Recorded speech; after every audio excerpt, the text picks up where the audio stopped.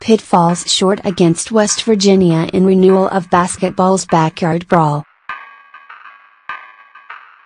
Pitt's game Saturday night against West Virginia, the renewal of the storied Backyard Brawl, was, on paper, a Murphy's Law of a matchup for the Panthers.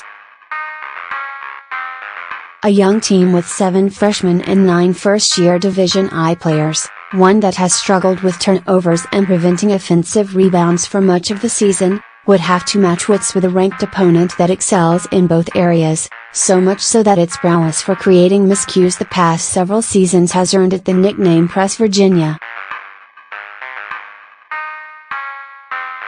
From that pressure came not diamonds, but something far more precious than the Panthers had shown at any point over the course of the 2017-18 season, even if it came in a loss.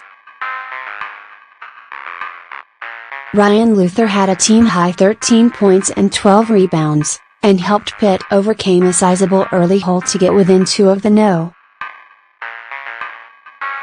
18 Mountaineers in the final 6 minutes before ultimately falling, 69-60, Saturday at the Peterson Events Center in the first matchup between the two schools in nearly 6 years. "I couldn't be any more proud of my team and their effort and how hard they fought," Pitt coach Kevin Stallings said. "We got our butts kicked in the first half. Guys of lesser character would have put their heads between their legs and thought the night was over. But there was none of that in them, not at halftime, not at any point.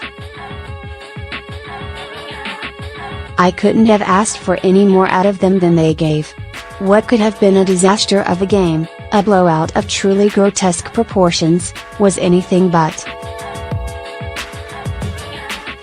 A Pitt team that lost by 31 to Penn State 19 days earlier in a game it very easily could have easily lost by 40 or even 50 showed clear and measurable signs of progress in a game that stands as the most convincing piece of evidence yet that something may come of this group of young players.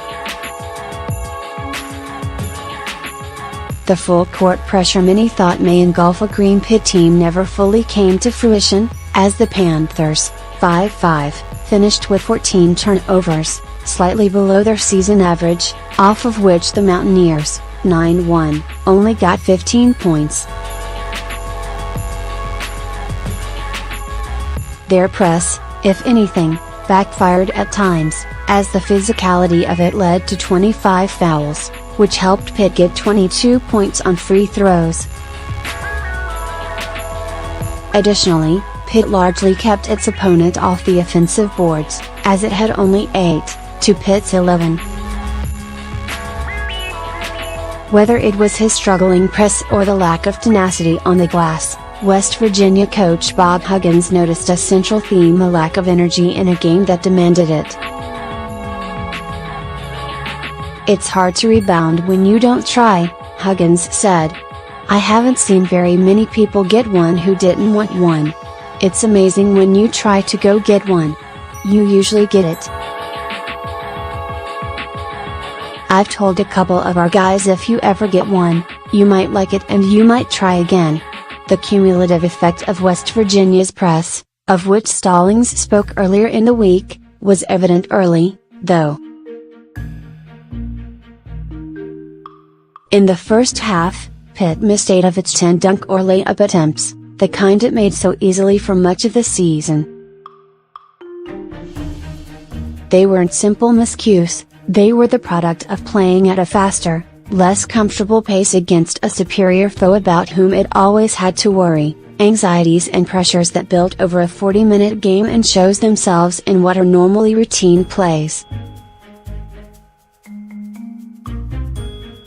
Those scattered mistakes helped the Mountaineers build an early lead, one that rose to 10 within the game's first 7 minutes and swelled to 18 by halftime. Something over time, however, changed. A Pitt team that looked flustered and thoroughly outmatched in the first half looked not only as though it could play with a faster, bigger and more talented opponent, but be even better than it in the final 20 minutes. What had been an uncomfortable, fish out of water look early in the game quickly evolved into an unquestionable sense of aggression and confidence. The Mountaineers led for all but 20 seconds of 40 minutes, a period in which the teams were tied at 0, but they saw their advantage trim to single digits, 56-47, with 10:37 remaining. As they struggled to score, Pitt took ample advantage, getting within 2, 61-59, after a 4-point play from freshman guard Marcus Carr with 5:31 remaining.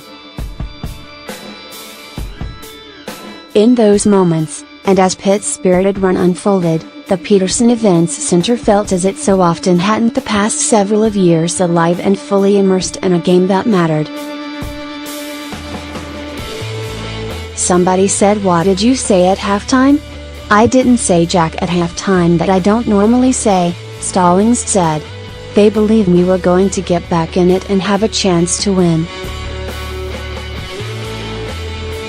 They believed that, and you could see they believed that. It wasn't fake, it wasn't bravado. They thought we would have a chance to win the game." As the game wore on, though, the skill, physicality, experience and overall talent of the Mountaineers showed out at the most crucial junctures.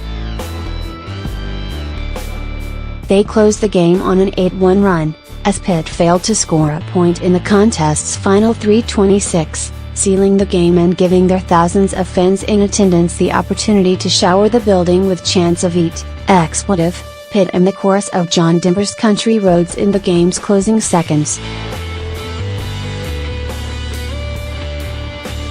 Those late shooting struggles were emblematic of a night in which Pitt struggled to score effectively.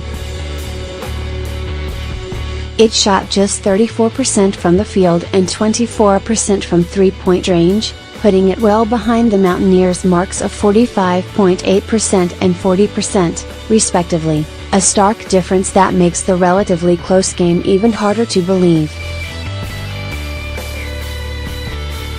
While moral victories only carry so much weight, the Panthers believe Saturday was something of a revelation, not for themselves, but all those who track their progress. They may be young, but they believe they can be something more than what many expect them to be. "We knew we could be this team from the time we first started practicing and assembled with each other," Carr said. "It was just a matter of time and putting it all together into the finished product you saw today. And, honestly, we still didn't even play our best. I think this is the hardest we've played in a game, but we didn't play our best at all. It's just another step in the right direction. We're still building and still confident." Com and Twitter at Craig Merck.